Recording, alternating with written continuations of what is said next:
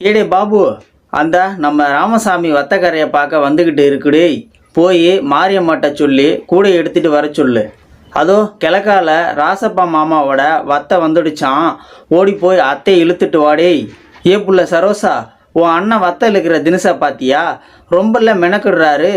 வீட்டில் சத்தான ஆகாரம் எதுவும் ஆக்கி போட மாட்டியா? ம், ஏன் இம்புட்டு பேசுறியே? நீ வந்து ஆக்கி போட வேண்டியது தானே. இது என்னடி சோழிய போச்சு? நான் உன் அண்ணனுக்கு வந்து ஆக்கி போட்டேன்னா அப்புறம் என் புருஷனை யாரடி பாப்பா? எம்மா மயிலே, சூரியன் இப்போ தான் விடிய ஆரம்பிச்சுக்குது. இப்போவே என்கிட்ட சீராடாத. காலங்காத்தாலேயே உன் பவுசை காட்டாமல் வத்த கரைக்கு வந்ததும் சட்டு புட்டுன்னு வலையை அரித்து மீனை எடுக்கிற வேலையை பார்ப்போம். இப்படியான பேச்சுகளோடு நீல சேலை கட்டி கொண்டு சமுத்திரம் பொண்ணு நெளிஞ்சி நெளிஞ்சி பார்ப்பதென்ன? சொல்லடி கண்ணு, யாரை காண துடிக்கிறாயோ? கரையில் நின்று ஏலேலோ ஏலேலோ.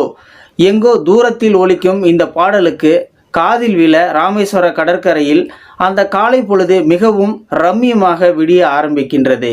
நேற்று சாயந்தரம் கடலுக்கு போனவங்க இன்னைக்கு காத்தாலேயே கரைக்கு திரும்புறத பார்த்தா எனக்கு என்னமோ நிறைய மீனுங்க கிடைச்சிருக்குன்னு தான் தோணுது. நேற்று மாதிரி மசமசன்னு பொழுத கழிக்காமல் நம்ம ஆளுகள்லாம் வந்ததும் வேக வேகமாக மீனுகளை பிரித்து எடுத்துட்டு போயிடுங்க மக்கா. காத்தாலேயே வீதிக்கு கொண்டு போனாதான் நல்ல வியாபாரம் ஆகும். மணலில் உட்கார்ந்திருந்த பெரியவரின் குரலை யாரும் காது கொடுத்து கேட்டபாடியே இல்லை.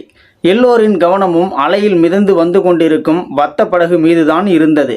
அந்த நேரம் கரையின் முன்பாக இருந்த மணல் மேட்டிலிருந்து பெண்கள் கூடையையும் கையில் டீயையும் எடுத்து கொண்டு வர, அந்த பெண்களில் ஒருவராகத்தான் பூமாரியை பார்த்தோம்.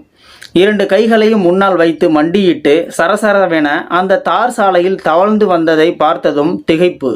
என்ன தம்பி, எங்கள் பூமாரி ரோட்டில் நடந்து வர்றதையே இப்படி கண் கொட்டாமல் பார்க்குறீய? இந்தா புள்ள பூமாரி, வெளியூருக்காரங்களுக்கு நீ நடந்து வரதே வித்தியாசமாக இருக்கு புள்ள. இன்னும் நீ கடலில் இறங்குறத பார்த்தா தலை சுற்றி இங்கனே விழுந்துடுவாங்க போல. அந்த பெரியவர் நக்கலாக சொல்ல, அதை பொருட்படுத்தாமல் சேலையை இழுத்து மடியில் சொருகியபடி வலையிலிருந்து மீனை அரிக்கின்றார். என்னங்க தம்பி, வெளியூரா? நான் வந்ததில் இருந்தே கண்ணசைக்காமல் இப்படி பார்க்குறிய? என்னடா இவ 2 காலையும் ஊனமாக வச்சுக்கிட்டு காலங்காத்தாலே கடற்கரை பக்கம் வந்துட்டாலேன்னா வேற என்னங்க தம்பி பண்ண முடியும்? 4 காசுக்கு உழைச்சாதானுங்களை வீட்டில் உள்ளவங்க மதிப்பாங்க. அது மட்டும் இல்லை, நான் ஒன்றும் இன்னைக்கு நேற்று இப்படி இல்லை. பிறந்ததில் இருந்தே இப்படித்தானே இருக்கேன். மற்றவங்களுக்கு என்னை பார்க்கும் பொழுது ஊனமாக தான் தெரியும். அதே போல தான் எனக்கும் மற்றவங்கள பார்க்குறப்போ அவங்க ஏன் இப்படி வித்தியாசமாக இருக்கிறாங்கன்னு தோணுது. அவ்வளோதான்ப்பா. என்னைக்கும் நான் என்னை ஊனமாக பார்க்குறதே இல்லை தம்பி என்கின்றார் கெத்தாக. வார்த்தைக்கு வார்த்தை தன்னம்பிக்கையோடு பேசும் பூமாரியின் வாழ்க்கையில் ஒருபோதும் நிம்மதியாக இருந்ததே இல்லை. தினந்தோறும் ஏராளமான சவால்களை கடந்து கொண்டு இருக்கின்றார். ஆனாலும் நம்பிக்கையோடு அடுத்தடுத்த நாட்களை கடந்து போகின்றார். நான் பிறந்தது வளர்ந்தது எல்லாமே இங்கே தான். இந்த மணல் மேட்டிலையும் கடற்கரையிலையும் தான் உருண்டு புரண்டு வளர்ந்துருக்கேன். எனக்கு ஒரு தங்கச்சி, 2 தம்பிங்க இருக்கிறாங்க. இவங்க மட்டுமல்ல, என் கிராமத்தில் இருக்கிற எல்லார் கூடயும் வெளியில் போவேன், விளையாடுவேன், சந்தோஷமாக இருப்பேன். ஆனாலும் கூட அவங்க எல்லாரும் என்னை வித்தியாசமாக தான் பார்ப்பாங்க. அந்த கடலம்மாவை தவிர அவள் மட்டும்தான் என்னை ஊனமாக பார்த்ததே கிடையாது. நான் கடலுக்குள்ளே போயிட்டா ஊனங்கிறதையே மறந்துடுவேன். நல்லா நீச்சல் அடிப்பேன், அலையில் உருண்டு பொருளுவேன். அந்த அளவுக்கு என்னை அந்த கடலம்மாவுக்கு பிடிக்கும். இப்படி சந்தோஷமாக போயிட்டு இருந்தப்போ தான் என் தங்கச்சிக்கும் தம்பிகளுக்கும் கல்யாண ஏற்பாடு நடந்துச்சு. ஆனால் அவங்களுக்கு முன்னாடி அக்கா நான் இருக்கிறதால யாரையாச்சும் பார்த்து கட்டி கொடுத்துடலாம்னு முடிவு பண்ணினாங்க. பெரிய மனுஷி ஆனதில் இருந்தே எனக்கு காதலிக்கணும், கல்யாணம் பண்ணிக்கணும்னு ஆசை இருந்துச்சு. இப்படி காலு விளங்காதவளை யார் காதலிப்பா? கட்டிப்பாங்கன்னு ஊருக்குள்ளே எல்லாரும் பேசிக்கிட்டாங்க. அதில் இருந்தே நான் அந்த ஆசையை மறந்துட்டேன். ஆனாலும் வீட்டில் விடாமல் ஒருத்தரை தேடி பிடிச்சி கட்டி வச்சாங்க. அவரும் என்னைய நல்லாவே பார்த்துக்கிட்டாரு. நானும் அவருக்கு இடைஞ்சலாக இருந்ததே கிடையாது. வீட்டு வேலையில் இருந்து எல்லா வேலையும் நானே பார்த்துக்கிட்டேன். முதல் பிரசவத்தில் ஆம்பளை புள்ள பிறந்துச்சு. பிறக்க போகிற புள்ள எங்களை மாதிரி பிறந்துடுமேன்னு நினச்சி தவிச்சேன். ஆனால் யார் செஞ்ச புண்ணியமோ அது நல்லபடியாக பிறந்துச்சு. நம்பு சரண்னு பேர் வச்சு அழகு பார்த்தோம். அவன் பால் குடிய கூட மறக்கலை.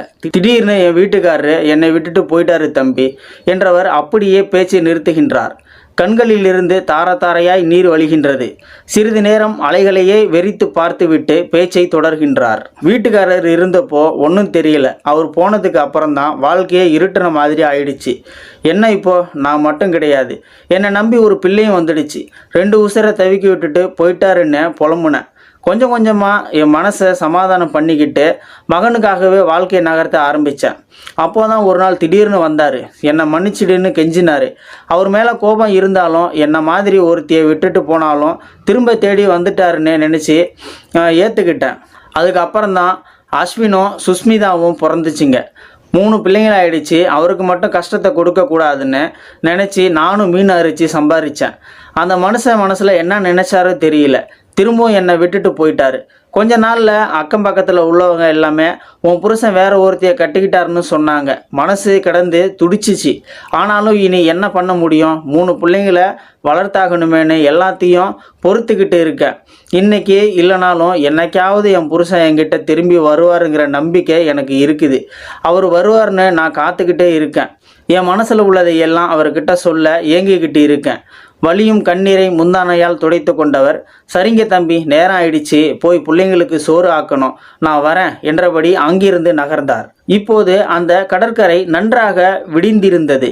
பூமாரி நகர்ந்து செல்லும் மணல் மேட்டிலும் வெளிச்சம் பரவி இருந்தது. வீடியோ பிடிச்சிருந்தா ஒரு லைக் பண்ணிக்கோங்க. இந்த வீடியோ முடிஞ்ச அளவுக்கு மற்றவங்களுக்கும் ஷேர் பண்ணுங்கள். அப்படியே நம்ம சேனலை சப்ஸ்கிரைப் பண்ணிக்கோங்க. மறக்காமல் பெல் சிம்லையும் கிளிக் பண்ணிக்கோங்க. நன்றி, வணக்கம்.